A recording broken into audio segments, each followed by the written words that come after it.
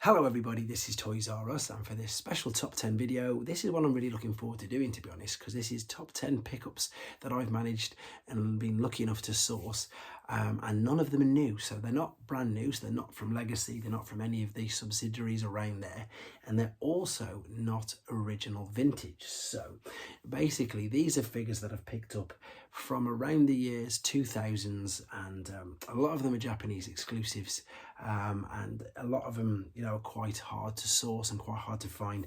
And again, I've just had real fun picking these up, and I suppose educating people and showing people figures that they never even know existed. So lots of these are things like ehobbies and store exclusives, but again, mainly from Japan. I'm just looking at this completely.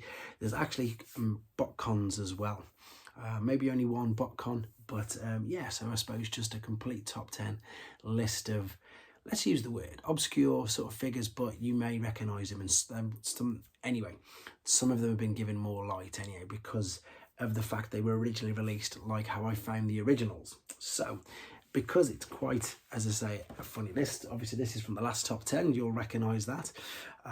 Right, we're going to start off with ones that nearly made it but didn't. Now, I have to stress straight away that these aren't original Diaclone figures. These are the ehobby variants of Deep Cover and Clampdown. I always get these mixed up. So these were the ehobby versions. I was really pleased to get a hold of these. Obviously, these guys are pretty much, everybody knows them now. They're household names because of the Generation Selects versions and the speedier Velocitron version of these. So first and foremost, obviously they were Diaclone figures. Then they were ehobby exclusives in Japan in the early 2000s, and now, as I say, they're Generation Selects from War from Cybertron, and they are speedier 500 collection current. But yeah, these were really just fun to track down again. Yeah, I suppose the other ones were a little bit harder to track down. That's why they're not. One more which nearly made it, and this guy's about to be very, very popular soon for two reasons. One, because they're going to redeco this mould into the movie colour version of Hound, and two, because we've already had the name leaked. We've not seen any images of it, but for those of you who are unaware, this is the original Detritus. And I'd also just like to say something quickly as well. If you're unsure of any of these figures, there's individual videos on these on my channel right now. So if there's a figure you think, oh, I want to see that, just type his name in the search bar and you can see them. But this is, of course, just using the Hound mould. This was, I think, about 2003. And it's Detritus, and I believe that we are getting a new version of him this year. So exciting to see the update of him. Right, into the official top 10 then. And straight in is these. Now, these are very strange, I've got to confess. These are the Kiss players. Now, this is the box to them, and this is the actual figures. So again, ehobby. These are all molds that you will recognise. We've got eject mold there, and I've just had a complete memory lapse. This obviously looks a lot like what's the word I'm after? Shatterglass Ravage, but these originally, I say, were Kiss player characters. Obviously got the names in English on the back. Typically it hasn't. I've done a video on them. I know that one of them, I think Condor is the Sun one, isn't it? Sun. They're basically exactly that. So they're just redecos. They're official. So none of these are KO. They are redecos of your favourite cassettes from Generation 1. Just put, as I say, exactly that into new colour schemes and into new stories. So the Kiss players came straight in at number 10. Right. Number 9 is probably, I can probably list down here now I've got space in front of my feet. Number 9 is probably the newest or latest acquisition that I got. I got this at the very end of November at the Toy Fair in the NEC. These are Botcon, and these are from the Unicron trilogy. These are the clear versions. Ooh, all the instructions are falling out of Sideburn, the brothers basically. Now they're all the translucent versions, and I've just told a blatant fib.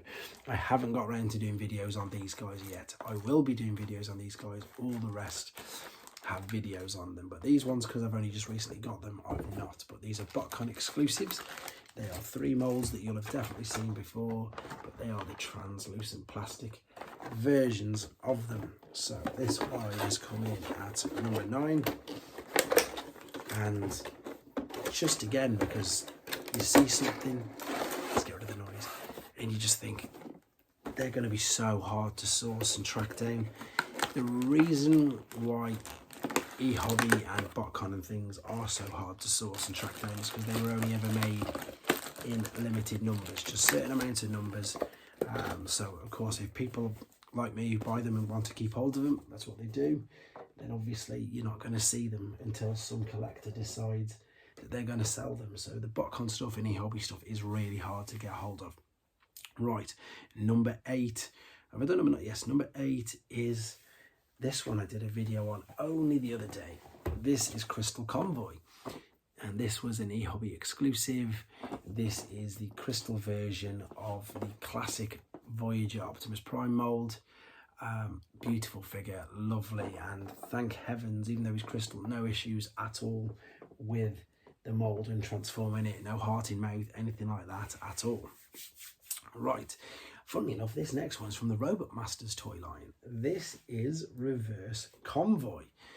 This is crazy. So again, just for people who don't know, in Japan, Optimus Prime's name is Convoy, and everybody probably recognises that as the Megatron mold, but I've got Convoy's head on it because what you could do is exactly that. You could swap the heads. So you could have either Convoy's head or you could have Megatron's head. Robot Masters Reverse Convoy, highly sought after, such a great figure. If you want to see more information on that, type it into the search bar and you can watch your video on that. So it's great. It's what a great gimmick to have both characters in one. Okay, moving down then. So that was number 8. I've got to keep checking my list so I don't get them mixed up. Next is this guy. We all know who this guy is now, of course, because this is the one character I think that should have definitely had a G1 release, but didn't. I've just knocked his tail fin off, and it is Sunstorm. So this is Sunstorm using the original G1 mold.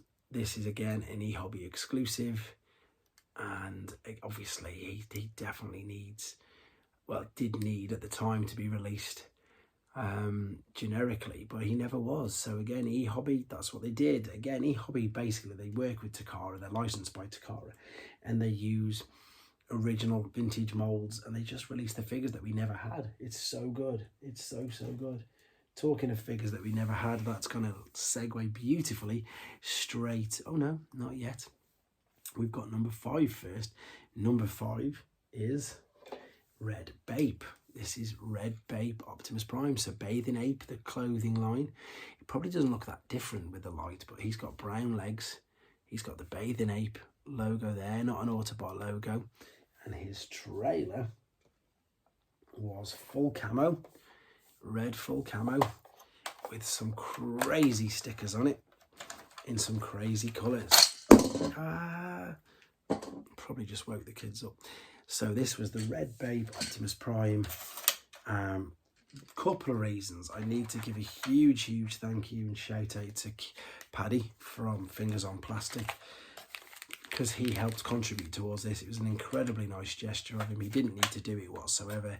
He really wanted to, and I'm still incredibly grateful for him for that. So this is the Red Bape Optimus Prime. He's in at number 5. And then, as I just said about ehobby taking original molds and making figures that they never released, straight into Hauler. So yeah, there you go. This was the original one, way before, just as luck would have it, way before we had this guy. This is the original one, using the original G1 mold. And as soon as I saw this, in fact, I think these were released, him and Sunstorm were released as a twin pack. And as soon as I saw them, I just had to have them. I just love the colour scheme for both. Just think it really works on them. Right, moving on to the next one now. Unfortunately, as you can see by the background, this next one is all packed up, but I have a picture of him because, where's he gone? Let's see him here. He is Crystal Convoy. Not Crystal Convoy, we've done Crystal Convoy. He is Crystal Rodimus. And this is Crystal Rodimus. Their name for Hot Rod. This is just my video playing now. There he is. That is Crystal Rodimus. It is Hot Rod's mold, which has just been obviously used to make a pink one of him. They did an ehobby version, which was crystal clear, And if I can just skip some of this video just to show you, no, it won't let me. Anyway, it is the hot rod figure, and it is just exactly that. It is beautiful. It is completely transparent. It is lovely. So that is my number 3.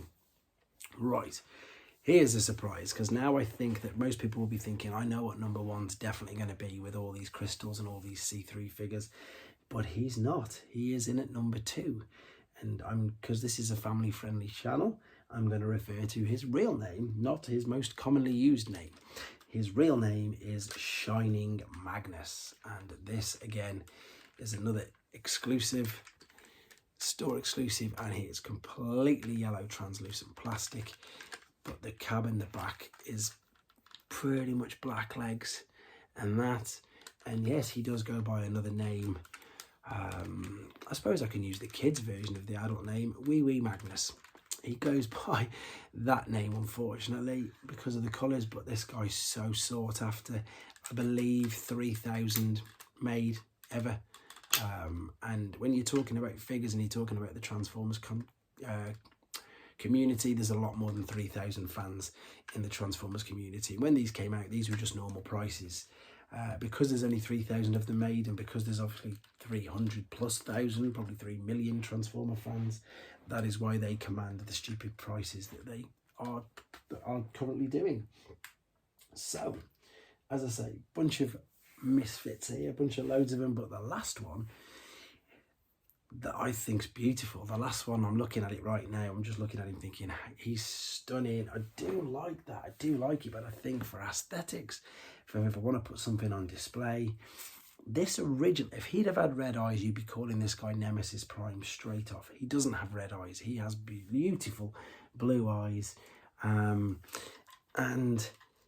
he's known as Nucleon Quest Prime. So this is the Power Master Prime mold, obviously. But because it's made by Japan, or made in Japan, it's using the Jinrai mold, which I'm going to try and say without even confusing myself. In Japan, Optimus Prime was called Jinrai when it came to Power Master Prime because of the transector here.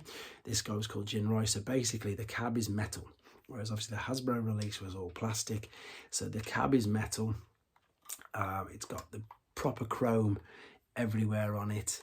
It's got red translucent windows. It's beautiful. It is Nucleon Quest Prime.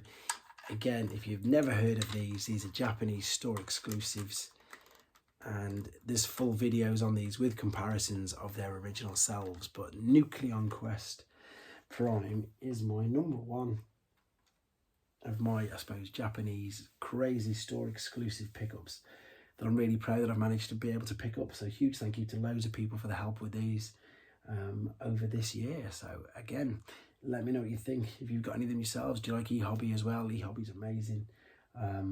Yeah, let me know if you agree with my top 10, or would you change them around a bit.